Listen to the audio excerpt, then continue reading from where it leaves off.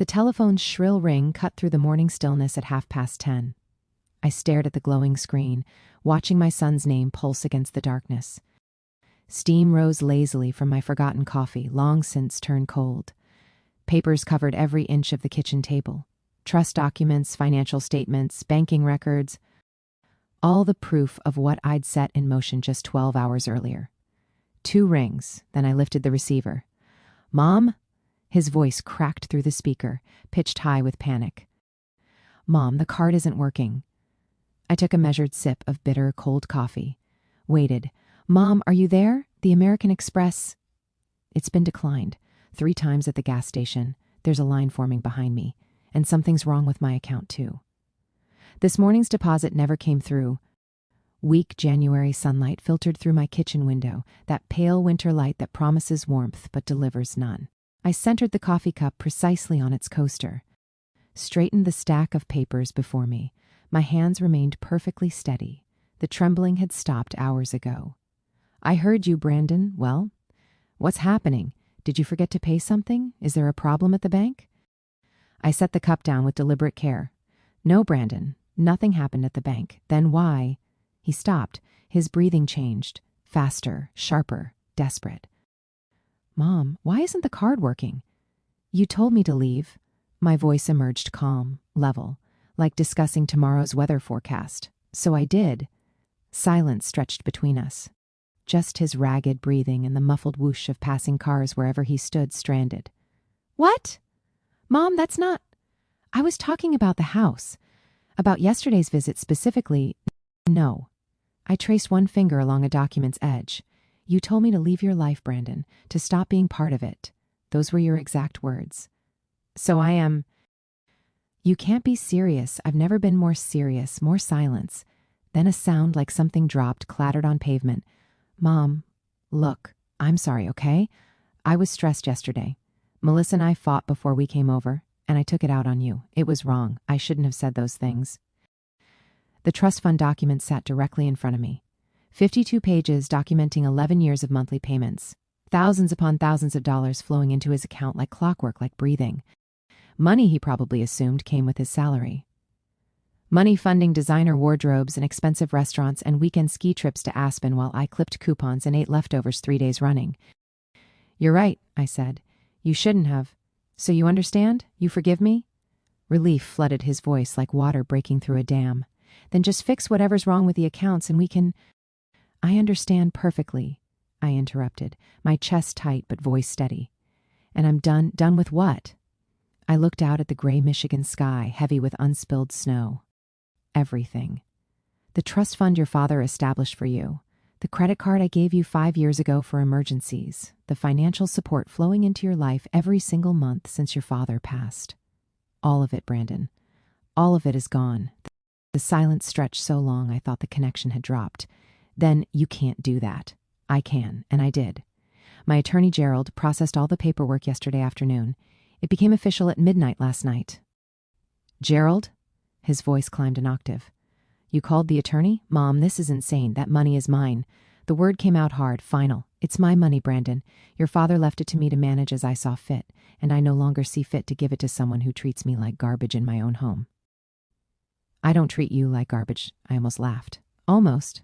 You told me to leave. You said your wife doesn't want me around.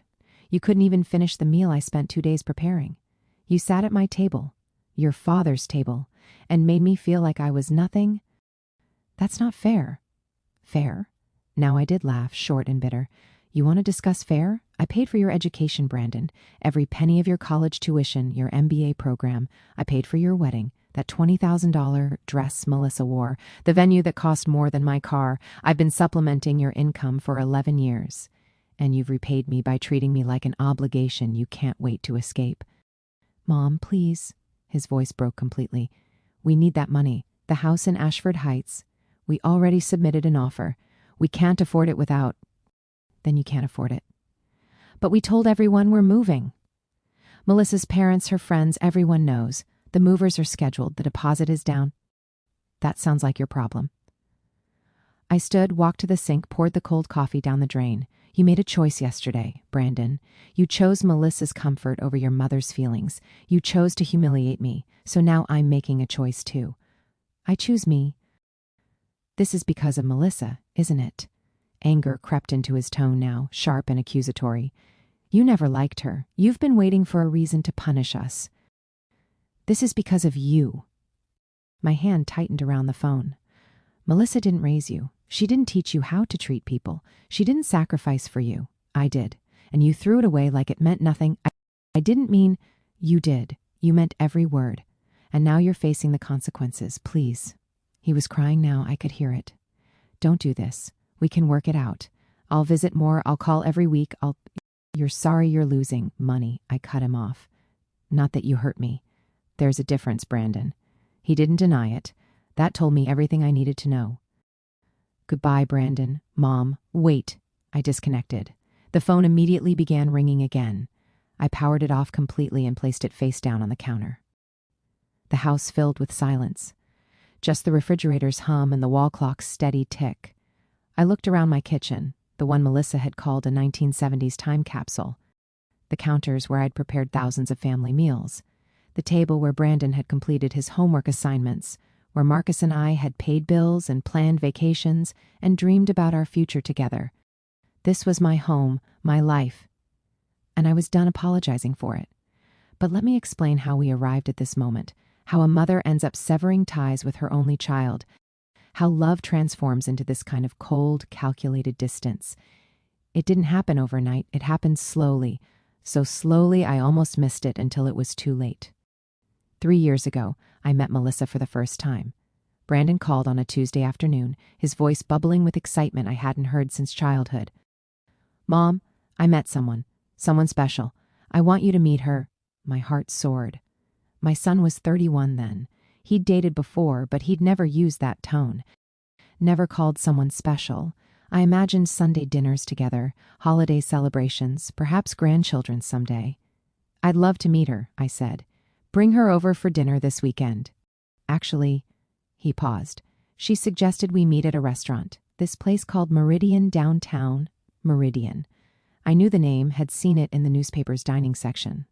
The kind of establishment where appetizers cost $30 and reservations required weeks of advance planning. That sounds nice, I lied. What time? Saturday evening. I put on my best dress, navy blue with small white flowers, the one I wore to Easter services. I drove downtown in my 12-year-old Honda, found parking 3 blocks away because I refused to pay $25 for valet service. Walked those 3 blocks in heels that pinched my toes mercilessly. The restaurant glowed like a jewelry box, all glass and warm lighting and beautiful people. A hostess in a black dress that probably cost more than my monthly grocery budget smiled at me. Name for your reservation? I'm meeting my son, Brandon Ashford. Her smile changed, became more professional, less warm. Right this way, she led me through the dining room, past tables of couples leaning close over wine glasses, past a bar where men in expensive suits laughed too loudly, to a corner table where Brandon sat with a woman who looked like she'd stepped from a magazine cover. Melissa had blonde hair falling in perfect waves past her shoulders, cream cashmere sweater, pearls at her throat, manicured nails wrapped around a champagne flute. She looked up when I approached. Her eyes, ice blue, scanned me from head to toe in 2 seconds flat. I felt every year of my age in that look, every wrinkle, every gray hair I hadn't bothered to dye, every dollar I hadn't spent on clothes. Mom, Brandon stood, kissed my cheek. His cologne smelled different, expensive. Not the drugstore brand he used to wear. This is Melissa. Melissa, this is my mother, Willow. Melissa extended her hand. Her grip was light, brief, dismissive. It's lovely to meet you, Mrs. Ashford. Please call me Willow. I sat in the chair Brandon pulled out. I've heard so much about you. Brandon speaks very highly of you, too. Her voice was smooth, cultured, the kind of accent that came from private schools and cotillion classes. A waiter appeared. Young man with slick back hair and a crisp white shirt. Can I start you with something to drink? Melissa and Brandon both had champagne. I ordered water. The waiter's eyebrow twitched upward for just a second. Are you sure, Mom? Brandon asked. We're celebrating. Water is fine, I smiled. What are we celebrating? Brandon looked at Melissa. She gave him a small nod, permission granted. He reached across the table and took her hand. We're engaged. my breath caught. Engaged. My son was getting married. I should have felt joy, pure, uncomplicated happiness for my child. But something cold settled in my stomach as I watched Melissa's smile, watched the way her fingers tightened on Brandon's hand like she was claiming territory. That's wonderful. I made my voice bright, enthusiastic. Congratulations to both of you. Thank you. Melissa's smile didn't reach her eyes. We're very excited. The waiter returned with my water, took our orders. Melissa asked detailed questions about every ingredient. Was the salmon wild caught? Were the vegetables organic? Did they use butter or oil in preparation? Brandon watched her with such adoration it made my chest ache. When the waiter left, I asked the normal questions. How did you meet? When did he propose? Have you set a date? They'd met at a networking event for young professionals. He proposed at a vineyard in Napa Valley. The wedding would be next summer, June. Melissa's mother had already booked a venue. 500 guests, Melissa said. 500. I tried to keep the shock from my voice. My family is quite large, Melissa said, her tone suggesting this was normal, expected, and Brandon's professional network has grown significantly. We want to celebrate properly. Properly. The word hung in the air between us. Our food arrived. Melissa cut her salmon into precise squares, took small, delicate bites. Brandon had ordered the most expensive steak on the menu. I'd chosen pasta because it was the cheapest option that didn't make me look cheap. So, Willow. Melissa set down her fork. Brandon mentioned you still have the house in Brookfield. Yes, my husband Marcus and I bought it 32 years ago. How quaint. A long-term house, she smiled. Do you still have a landline? Heat crept up my neck. I do, actually, for emergencies. How sweet. My grandmother had one too. Before she passed, Brandon laughed. Actually laughed, like comparing me to a dead grandmother was amusing. The rest of dinner blurred together. Melissa talked about the wedding, the dress she'd already chosen, the destination bachelorette party in the Bahamas, the honeymoon in Italy. Every sentence seemed designed to emphasize their wealth, their taste, their distance from anything ordinary.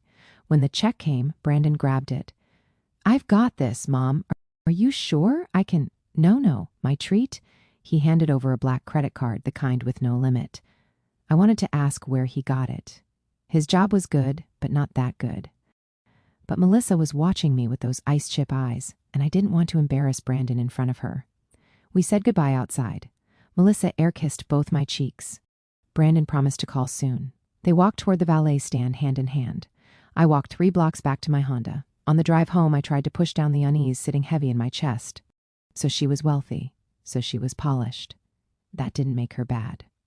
Maybe I was just jealous, being the stereotypical difficult future mother-in-law. But when I got home and saw the light blinking on my answering machine, my quaint, sweet landline answering machine, I replayed the evening in my mind, tried to remember a single moment when Melissa had asked me a question, shown interest in my life, treated me like a person instead of an obstacle. I couldn't find one. That night, I called my friend Bernadette, told her about dinner, about Melissa. Give her time, Bernadette said. Some people get nervous meeting future in-laws. Maybe she'll warm up. I hoped she was right. She wasn't. The engagement period lasted 8 months. 8 months of watching my son transform into someone I barely recognized. He stopped calling on Sundays, stopped dropping by for coffee. When I did see him, usually at Melissa's insistence for wedding planning purposes, he seemed distracted, distant, like his mind was always somewhere else. The wedding itself was everything Melissa wanted. A cathedral with stained glass windows and an organ that shook the pews. 500 guests dressed in clothes that cost more than my mortgage payment. A reception at a country club with crystal chandeliers and a 12-piece orchestra. I wore a dress I found on sale at Macy's. Spent more than I wanted to, but less than I should have. Sat in the second row during the ceremony because Melissa's parents took the first. Watched my son promise his life to a woman who had never once invited me to lunch, never asked about my late husband, never acknowledged that I existed outside of my relationship to Brandon. At the reception, I sat at a table with Brandon's childhood friends and their parents, people I'd known for decades. We made small talk, commented on how beautiful everything was, how grown-up Brandon looked in his tuxedo. But I kept watching the head table, watching Brandon lean close to whisper in Melissa's ear, watching her laugh at whatever he said, watching them exist in a bubble that had no room for anyone else. Especially not me. During the father-daughter dance, I slipped outside for air, found myself on a terrace overlooking the golf course. The June evening was warm, soft. Fireflies blinked in the darkness like scattered stars. Beautiful night. I turned. An older woman stood behind me, elegant in a silver gown. Pearls, real ones, at her throat. It is, I agreed. I'm Constance. Melissa's mother. Of course she was. I could see the resemblance now. Same bone structure, same cool assessment in her eyes. Willow Brandon's mother? Yes, I know. She moved to stand beside me at the railing. This must be difficult for you. The statement caught me off guard. Difficult? Weddings always are for mothers of sons. Watching them choose someone else, build a new life that doesn't include you the same way. I didn't know how to respond to that. But that's the natural order of things, Constance continued. They grow up. They move on. We learn to step back. Step back. The words felt like a warning dressed up as advice. I just want Brandon to be happy, I said. Then I'm sure you'll respect the boundaries he and Melissa need as they start their marriage. Constance smiled, the kind of smile that didn't reach her eyes. Just like her daughters, too much interference from family can strain even the strongest relationship. I understood then. This wasn't a friendly chat between fellow mothers. This was a message. Stay in your lane, know your place, don't get in the way. I would never interfere, I said quietly. I'm sure you wouldn't intend to. She patted my arm, her hand cold even through my sleeve. But these things have a way of happening. Old habits, expectations. It's better to establish clear lines from the beginning. She glided back inside before I could respond. Left me standing there on the terrace with fireflies and the distant sound of the orchestra and the sick understanding that I'd just been warned off from my own son's life. I went back inside, danced one dance with Brandon. He was distracted the whole time, kept looking over my shoulder toward the head table where Melissa sat talking to her bridesmaids. I'm so happy for you, I told him as the song ended. Thanks, Mom. He kissed my cheek. I need to get back. Cake cutting is coming up. He walked away. I watched him go, watched him sit down next to his wife and lean in to kiss her temple, watched her smile at him with genuine warmth she'd never shown me. And I knew, deep in my bones, I was losing my son. But I told myself it was normal. Natural. Men cleave to their wives. The Bible says so. I would adjust. We would find a new normal. It would be okay. I was so wrong. The first year of their marriage, Brandon called me every other week. Brief calls. How are you doing? How's the weather? I'm busy with work, but things are good. Love you. Talk soon. The calls dwindled to monthly. Then every 6 weeks. Then only holidays and my birthday. I tried to fill the silence. Called him instead, left voicemails. Brandon, just checking in. Brandon, I saw this thing that made me think of you. Brandon, can we have lunch sometime? He always called back eventually, but his responses got shorter, more strained. I could hear Melissa in the background sometimes, her voice carrying that edge of annoyance. I stopped calling as much, didn't want to be a burden, didn't want to prove Constance right. 2 years into the marriage, I found out through my neighbor that Brandon and Melissa were house hunting in Ashford Heights, the gated community 20 miles away, where every house had 6 bedrooms and a 3-car garage and gates that kept out the wrong kind of people. I saw the listing on their Instagram, my neighbor said. Beautiful place. Must cost a fortune. I hadn't known they were looking. Hadn't been told. I went home and created an Instagram account just to see their page. Found pictures of them touring mansions, posing in front of for sale signs. Melissa's captions, finding our forever home, living our best life, manifesting abundance. Not a single mention of family. Not a single picture with me. That night, I did something I'm not proud of. I went through my bank statements looking for something, some proof of the distance I felt. I found it in the credit card records. 5 years ago, right after Marcus died, I'd given Brandon an American Express card. For emergencies, I'd said, just in case you need something and can't reach me. The account was in my name, but he had full access. Emergencies, I'd said. The December statement showed $23,000 in charges. $23,000. I went through them line by line. Valentino, Gucci, Whole Foods, $900 at Whole Foods in 1 month. Restaurants I couldn't pronounce. A ski resort in Colorado. A spa weekend in Scottsdale, not emergencies. Lifestyle. Their lifestyle. Funded by me. I pulled statements from the past 2 years. The pattern was consistent. Monthly charges ranging from $15,000 to $30,000. All for things I would never dream of buying. All for a lifestyle I could never live. And none of it acknowledged, none of it thanked. Maybe Brandon thought it was his money somehow. Maybe he'd forgotten I was paying for it, or maybe he just didn't care. I sat at my kitchen table until 3 a.m, staring at numbers on paper, adding up exactly how much of my retirement savings had gone toward funding my son's luxury life while he couldn't be bothered to return my calls. The sun came up. I made coffee, sat down again, and I started to plan. But not yet, not quite yet, because New Year's Day was coming, and I was going to try one more time. I woke before dawn on New Year's Day. Couldn't sleep anyway, kept thinking about the roast in the refrigerator, the menu I'd planned for weeks. This was going to be perfect. This was going to remind Brandon of all the good times, all the love. I started preparing at 6 a.m. The prime rib had cost $87. I'd bought it 3 days before, let it sit in the refrigerator the way Marcus used to do. The butcher had looked at me curiously when I asked for the best cut. "Special occasion?" he'd asked. "My son is coming for dinner," I'd said. The butcher had smiled, wrapped it up special, told me how to cook it perfectly.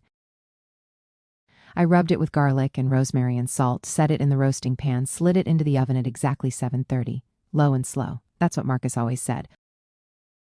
Low and slow makes it tender. The house filled with the smell of roasting meat, rich and warm and promising. I moved to the green beans, trimmed each one by hand, blanched them in boiling water, then shocked them in ice. The way the cooking shows do it, bright green, still crisp. I'd finish them with butter and almonds right before Brandon arrived. Next, the potatoes, Yukon Gold, 8 of them, peeled and quartered. I'd boil them until tender, mash them with cream and butter. Maybe Brandon would remember the Thanksgivings when he used to help me mash potatoes, when he was small enough to stand on a chair next to me, when he'd sneak bites of butter and I'd pretend not to notice. By 9 o'clock, the dining room was ready. I'd pulled out my mother's china, the good stuff, white with delicate blue flowers around the rim, 52 years old and barely a chip. I'd used it for every important meal. Brandon's baptism lunch, his high school graduation dinner, Marcus's last birthday before the cancer got too bad. The crystal glasses caught the light from the chandelier. I'd polished each one that morning, the silver too, forks and knives and spoons that had been my grandmother's. Heavy, real, worth something. Fresh flowers sat in the center of the table, not from the grocery store, from the actual florist. $32 for white roses and eucalyptus. Extravagant, but today was special. The linen napkins were ironed crisp, folded into triangles at each place setting. I stepped back and looked at it all. The table gleamed. The house smelled like a home, like love in edible form. This was going to work. Brandon would walk in and remember what matters. Remember me. Bernadette stopped by at 11, let herself in through the kitchen door the way she'd done for 20 years. "Willow, what are you doing?" "Getting ready?" I was checking the roast. Perfect. The meat thermometer showed 120 degrees. Another hour and it would be done. For what? The second coming? She looked at the dining room table through the doorway, whistled low. "That's quite a spread. Brandon and Melissa are coming for New Year's dinner." Bernadette's face did something complicated. Pity and concern all mixed together. "Honey, when did you talk to them?" "Last week. They confirmed yesterday. And they're actually coming. They'll be here at noon." I pulled the biscuits from the freezer, the expensive kind from the fancy grocery store. "Why wouldn't they come?" "'Cause they haven't exactly been reliable lately, have they?" I didn't answer, just arranged the biscuits on a baking sheet. "Willow," Bernadette's voice went soft. "I don't want to see you hurt again. I'm not getting hurt. We're having a nice family dinner, that's all. You spent 2 days cooking, you bought expensive flowers, you pulled out your mother's china. This isn't just dinner, this is hope. And I'm worried you're setting yourself up for disappointment." "He's my son." I met her eyes. "I have to keep trying." Bernadette sighed, came around the counter and hugged me. She smelled like her lavender perfume and coffee. "I know you do. I just wish he deserved it." She left at 11:30, told me to call her later, told me she'd be there if I needed her. The house fell quiet again. Just the hum of the oven and my own breathing. I went to my bedroom, changed into my navy cardigan, the soft one, put on lipstick, brushed my hair. In the mirror, I saw a 73-year-old woman trying too hard. But I saw something else too. I saw a mother who loved her son, who hadn't given up, who believed in one more chance. The doorbell rang at exactly noon. My heart jumped. I checked the roast one last time, turned off the oven, wiped my hands on my apron, walked to the front door. Through the peephole, I could see them. Brandon in a wool coat, Melissa in cream cashmere, her blonde hair perfect, sunglasses perched on top of her head, even though the January sky was gray and heavy. I took a breath, put on my best smile, opened the door. We can't stay long. Melissa was examining her manicure, French tips perfect. We have plans at the club at 4. I checked the kitchen clock. That gave us 4 hours, barely enough time to eat and visit, but it was something. Of course, I said. I understand. Let me just get everything on the table. I moved into the kitchen, started pulling out serving dishes. The good platters, the gravy boat. Melissa appeared in the doorway, looked around at my counters, my appliances, my life. Her expression was the same one you'd make if you found mold growing somewhere. Brandon says you've lived here for over 30 years. 32 years this March. I was slicing the roast. Perfect pink center, just like Marcus used to do it. You must have wonderful memories here. Something in her tone made me look up. She wasn't smiling, just studying my kitchen with those ice chip eyes. I do, I said carefully. It's very vintage, like it was a polite museum instead of a home. I like it, I said, which was true. This kitchen had fed my family for 3 decades, had been the heart of every holiday and birthday and ordinary Tuesday night. The counters were worn but clean. The appliances worked. What more did anyone need? Melissa hummed a non-committal sound, turned and walked back to the dining room. I finished carving, arranged everything on platters. The roast, the green beans with butter and almonds, the mashed potatoes whipped until they were clouds, fresh rolls in a basket lined with linen. When I carried it all to the dining room, Brandon was sitting at the head of the table, in Marcus's chair. My hands shook just for a second. That was Marcus's place. For 30 years, that was where my husband sat, where he carved the turkey at Thanksgiving, where he read the paper every Sunday morning, where he'd sat during his last Christmas, so thin the chair seemed too big for him. And now my son sat there like it meant nothing. This looks great, Mom. Brandon's voice pulled me back. Really great. Melissa was scrolling through her phone. Didn't even look at the food. I sat down in my usual spot across from Marcus's chair, where Brandon now sat. Started passing dishes. How's work? I asked Brandon. You said you were closing a big deal? Yeah, really big. He cut his meat into precise squares, finally getting the recognition I deserve. That's wonderful, honey. It is. He glanced at Melissa. She gave him a tight smile. We're looking at houses in Ashford Heights. My heart squeezed. I heard, that's quite a neighborhood. It's the neighborhood, Melissa spoke without looking up from her phone. If you want to be taken seriously in this city, if you want to network with the right people. I wondered what made people right or wrong. Wondered if I was the wrong kind. Sounds expensive, I said. We can afford it. Melissa's voice had an edge, like I'd challenged her. Brandon works very hard. I wanted to say I knew he worked hard, that I'd helped him get there, paid for his education. His father and I had sacrificed so he could have opportunities we never had.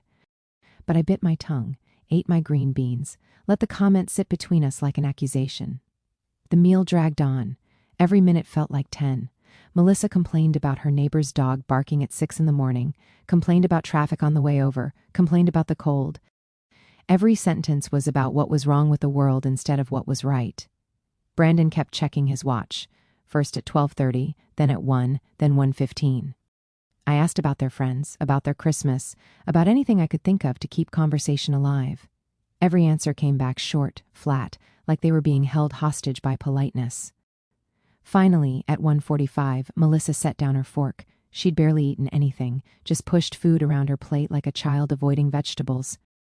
Brandon, her voice was sharp. We need to go already?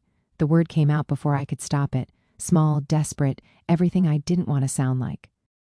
The reservation is at 4. We need to change first, shower. Melissa stood. Traffic will be terrible. It was barely past 1. They lived 30 minutes away. But I couldn't say that, couldn't argue, couldn't beg them to stay for dessert, for coffee, for 5 more minutes of pretending we were a family. Of course. I stood too, smoothed my cardigan with shaking hands. I understand. Let me pack some leftovers for you. Don't bother. Melissa was already walking toward the door, not even looking back. We won't eat them. Just like that. All that food, all that effort, 2 days of shopping and cooking and hoping. And we won't eat them. I followed them into the hallway. Brandon grabbed his coat. Melissa was checking her phone again, probably texting someone about how she'd survived lunch with the mother-in-law. Brandon! My voice came out too soft. I cleared my throat. Maybe next week? Just you? We could have coffee and catch up properly. He turned to face me. His jaw was set, that expression he got from his father. The one Marcus wore when he had to deliver bad news. Mom, actually, we need to talk to you about something. The air left my lungs. What is it? Melissa stood by the door, arms crossed, face like stone, watching, waiting. Brandon rubbed the back of his neck. Melissa and I have been discussing our future, our plans. And the thing is... He paused, looked at his wife. She gave him a small nod, permission to continue. The thing is, this dynamic isn't working anymore. What dynamic? This. He gestured around my home, at the dining room where the tables still held their barely touched plates, at the hallway where family photos lined the walls, at me, the obligation to visit, the guilt trips when we can't make it, the constant phone calls asking when we're coming over. My face went hot. I don't guilt trip you. I just miss you. See? His voice rose. That's exactly what I mean. We have our own lives, Mom. Melissa has her career. I have mine.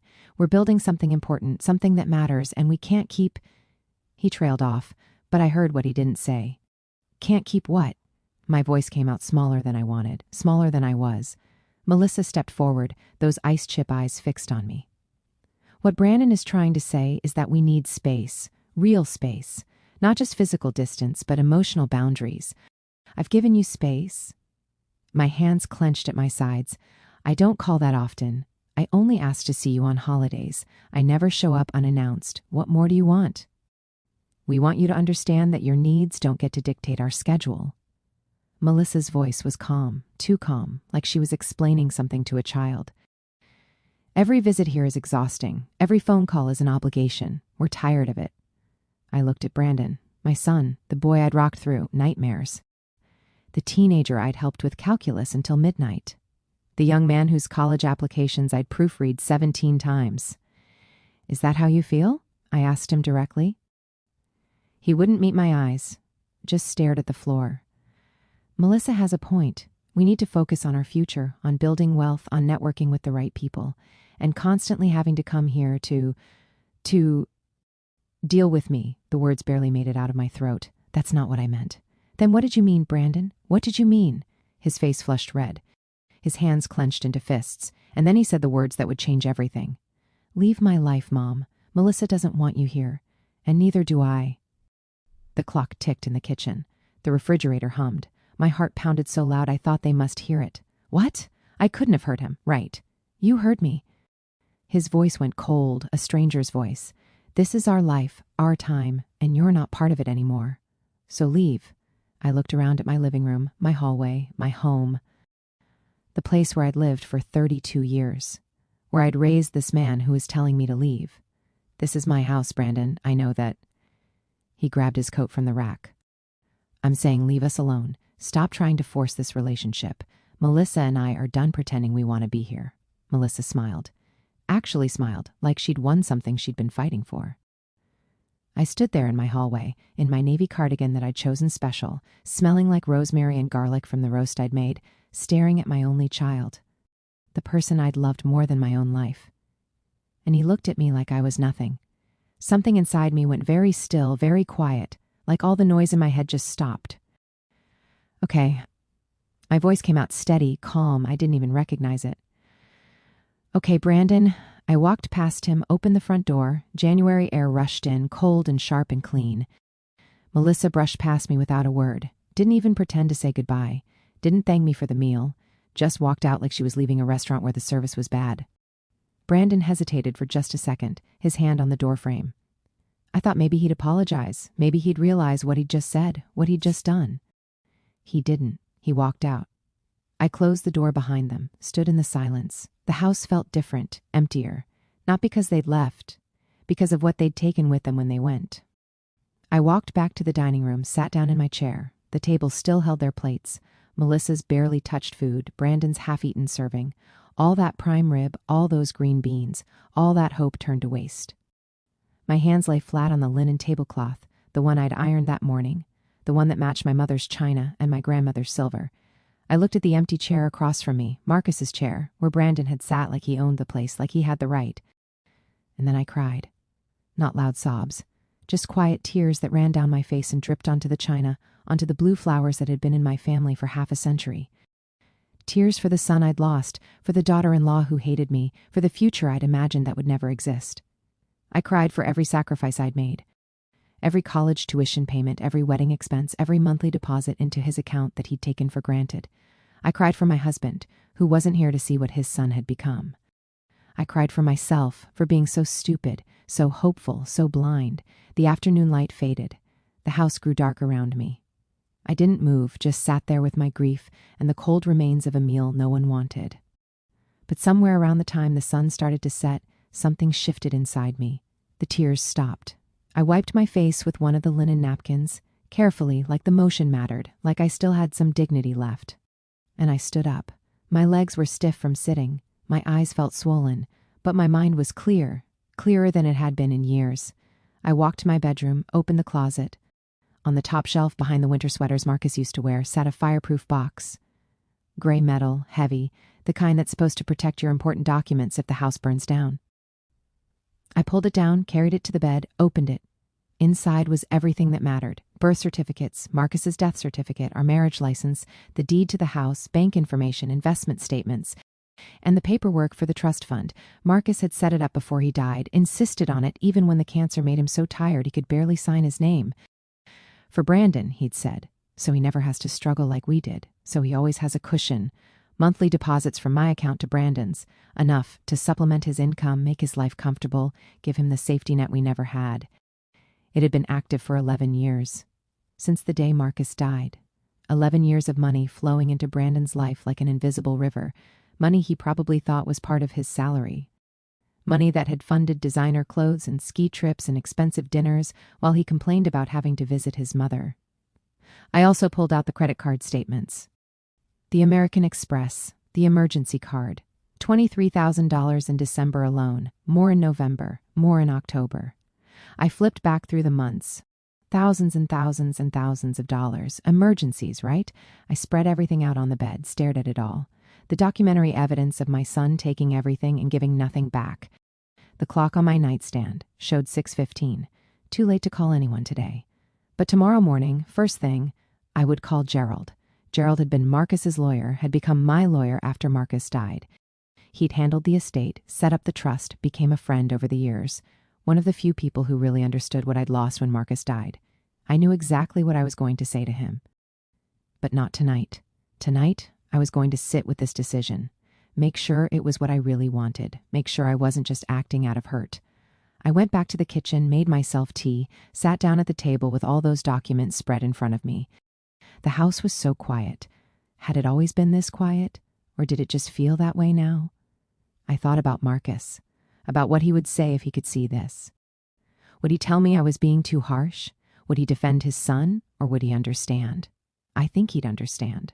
Marcus had been a kind man, but not a fool.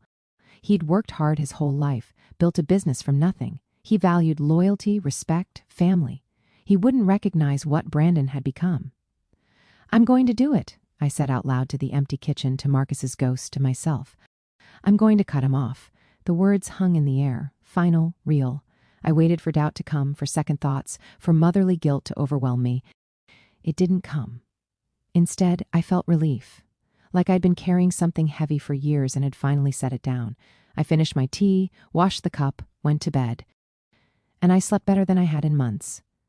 Morning came with weak winter sunlight through my bedroom window. I woke at dawn, made coffee, sat at the kitchen table with the documents in front of me again. 7 o'clock felt too early to call, so I waited. Drank my coffee, watched the sky turn from gray to pale blue. At 8:30, I picked up the phone and dialed Gerald's number. He answered on the second ring. Happy New Year, Willow. How are you? I need to make some changes, Gerald. His voice shifted, more professional. What kind of changes? The trust fund for Brandon. I want it stopped immediately. Silence on the other end. Then carefully, are you sure? That's a significant decision. I'm sure. May I ask what happened? I told him. Not the emotional parts, just the facts. What Brandon had said, what he'd demanded, the credit card charges. All of it laid out like evidence in court. Gerald listened without interrupting. When I finished, he was quiet for a moment. I see, he said finally. I can have the paperwork drawn up this morning. The monthly transfers will cease as of tomorrow. It'll take a day for the banks to process everything. Good. And the credit card? You want it canceled? Yes. Today, if possible, consider it done. He paused. Willow, I have to ask, is this permanent, or do you want to leave room to reverse this decision later? I looked out my kitchen window. The sky was that pale winter blue that never looked quite real, cold and distant and empty of warmth. Permanent, I said. We talked through the details. He'd handle everything, send me paperwork to sign, take care of the bank notifications. All I had to do was say yes. One more thing, Gerald, he said. Have you thought about what you'll say to him when he asks? I'll figure it out. He's going to be angry. I know, he might say things, hurtful things. He already did, Gerald sighed. You're doing the right thing, Willow. I want you to know that. What he said to you was inexcusable. You don't owe him anything. Thank you, Gerald. We hung up. I sat there for a moment staring at my coffee cup, at the morning light on the table, at my hands that weren't shaking anymore. It was done, or it would be within 24 hours. I felt lighter. Strange how removing something, even someone, from your life could make you feel less heavy instead of more empty. That's when the phone rang, and that's when everything I'd set in motion became real. 3 days passed after that first phone call, 3 days of calls I didn't answer. Voicemails I listened to but didn't respond to. The first day was all Brandon. 15 calls, each one more desperate than the last. The voicemails started apologetic. Sorry for how he'd spoken, sorry for the misunderstanding, could we please talk about this? By evening they turned angry. This was unfair. This was manipulative. This was me trying to control his life. The second day, Melissa joined in. Her voice on the voicemails was sharp, vicious. How dare I do this to them? Did I know what position this put them in? The house contract was already signed. The deposit was down. They told everyone they were moving. Her parents, his colleagues, everyone. I was ruining their lives, she said. Over what? A little argument? Some hurt feelings? I deleted each voicemail after listening. Didn't save them. Didn't need to. The words were already burned into my memory. The third day they called together, their voices overlapping on speakerphone, a united front against the unreasonable mother. Brandon was crying, actually crying. Please, Mom, please. We can work this out. I'll visit more. I'll call every week. I'll do whatever you want, Melissa cut in. We're willing to compromise. Set a schedule for visits. Once a month, every other month, whatever makes you happy. Their voices blended together, pleading and accusing and trying to negotiate like this was a business deal instead of a family. I listened to the whole thing. Then deleted it. On day 4, my phone rang at 9 a.m. Different name on the screen. Constance Whitmore, Melissa's mother. I almost didn't answer. But curiosity won. Hello, Willow. This is Constance. I think we need to talk about your behavior. My behavior? I set down my coffee cup carefully. My behavior? Yes. What you're doing to Brandon and Melissa is cruel. They're young. They made a mistake. You're being vindictive. Did Brandon tell you what he said to me? He told me you had a disagreement. That emotions ran high on both sides. Emotions ran high on both sides, I repeated it slowly. Is that how he described it? He said things he regrets. He's apologized. But you're punishing them financially, and that's extreme. Did he tell you he ordered me to leave? That his wife doesn't want me around? That he said this to me in my own home on New Year's Day? Silence. Then, more carefully, I'm sure it wasn't meant that way. It was meant exactly that way, Constance. Even so, to cut off their money, that's vindictive. They've made plans based on that income. It's my money to cut off, but they're counting on it. They've signed contracts, made commitments. Do you want to see your son fail? The question hit wrong, like she was trying to make this my fault, my responsibility, my failure as a mother. I want to see my son learn that actions have consequences, I said, and that treating people, especially your mother, with cruelty has a price. They made a mistake. They made a choice. My voice got harder, and now I'm making one too. You're being unreasonable, am I? Tell me something, Constance. If your daughter spoke to you the way Brandon spoke to me, would you keep giving her money? The silence stretched long. Then, very quietly, that's different. How? Melissa would never do that. Exactly.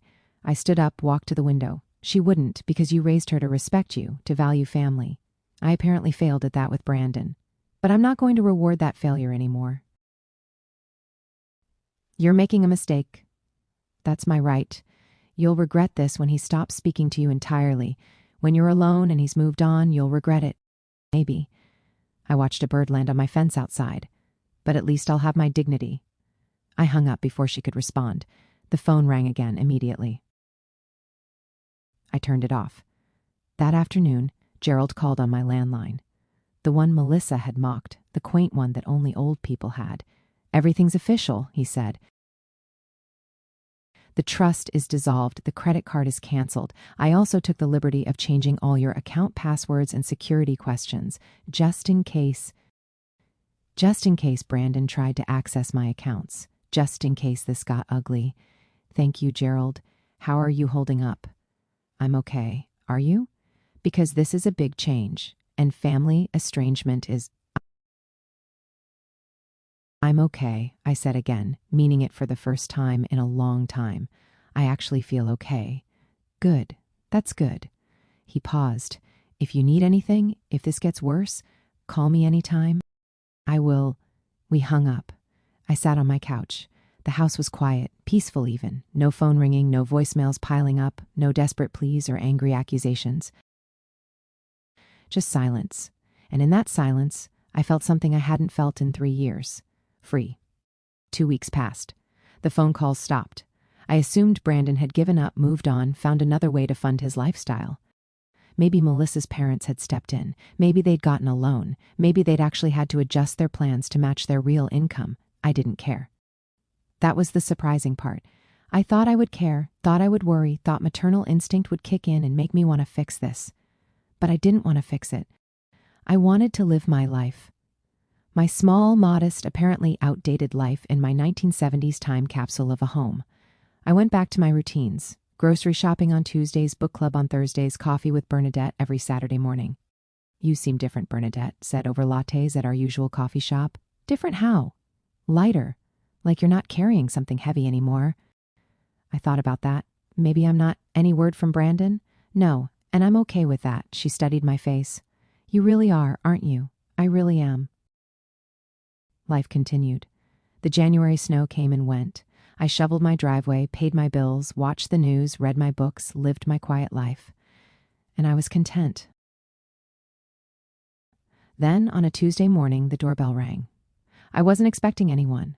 Grocery day wasn't until this afternoon. Bernadette was visiting her daughter in Chicago. I checked the peephole. Brandon stood on my porch, alone, no Melissa. He wore jeans and an old jacket I remembered from before the marriage. His hair was messy. He looked tired, older somehow. I considered not answering, considered pretending I wasn't home, letting him stand there in the cold and realize what it felt like to be shut out. But curiosity won again. I opened the door. Hi, Mom, Brandon, can I come in? I hesitated, then stepped aside. He walked past me into the living room, stood there awkwardly, hands in his pockets, not sure where to sit, not sure if he was allowed. You didn't bring Melissa, I said. No. He looked at the floor. She doesn't know I'm here. Why are you here? He finally met my eyes. They were red-rimmed, swollen. He'd been crying. I wanted to apologize, for real this time. Not because I want the money back, just because I was wrong. I waited, said nothing. What I said on New Year's Day was unforgivable. His voice broke. I've been thinking about it every day, every night, about how Dad would feel if he knew what I'd become. How I became the kind of person who would say that to his mother.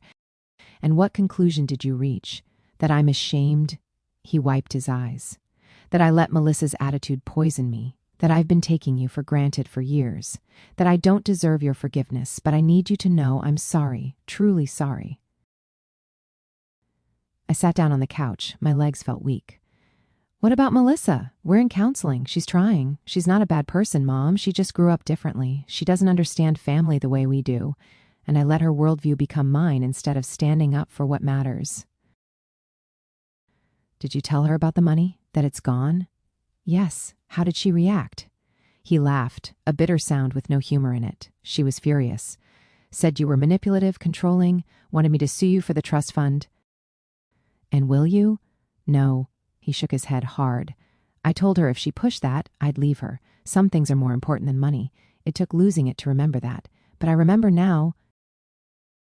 We sat in silence. Outside, a car drove past. Someone's dog barked. Normal sounds of a normal day. I can't give you the money back, I said finally, even if I wanted to. I know. The trust is dissolved. It's done. What's gone is gone. I know, Mom. I'm not here for that. I'm not here to ask for anything. Then why are you here? He looked up at me. Tears ran down his face. Because you're my mother, and I love you. And I need you to know that even if you never want to see me again, even if I destroyed this beyond repair, I need you to know. My throat tightened. I prepared myself for more anger, more manipulation, more guilt trips disguised as apologies. Not this, not genuine remorse. I don't know if I can trust you again, I said quietly. I understand. And I won't tolerate being treated that way. Not ever again. You shouldn't. I was awful to you. Melissa was awful too. She was. And she knows it now. The counselor made us both see how we'd been acting, how we'd been treating you. She wants to apologize too. When you're ready. I studied his face, looked for lies, for performance, for the manipulation I'd learned to expect, saw only exhaustion, regret, real pain. I need time, I said. I'll give you all the time you need. And if Melissa comes with you next time, if there is a next time, she needs to apologize sincerely. Not because you told her to, because she means it. She will. I promise. He stood to leave, paused at the door, turned back. Mom, those 4 words you said on the phone, and I'm done, they destroyed me. But they also woke me up. Thank you for loving me enough to let me face consequences, for not enabling my behavior anymore. Thank you. He left. I sat in the silence again, but this time it felt different, less empty, more like a pause between chapters instead of the end of the book.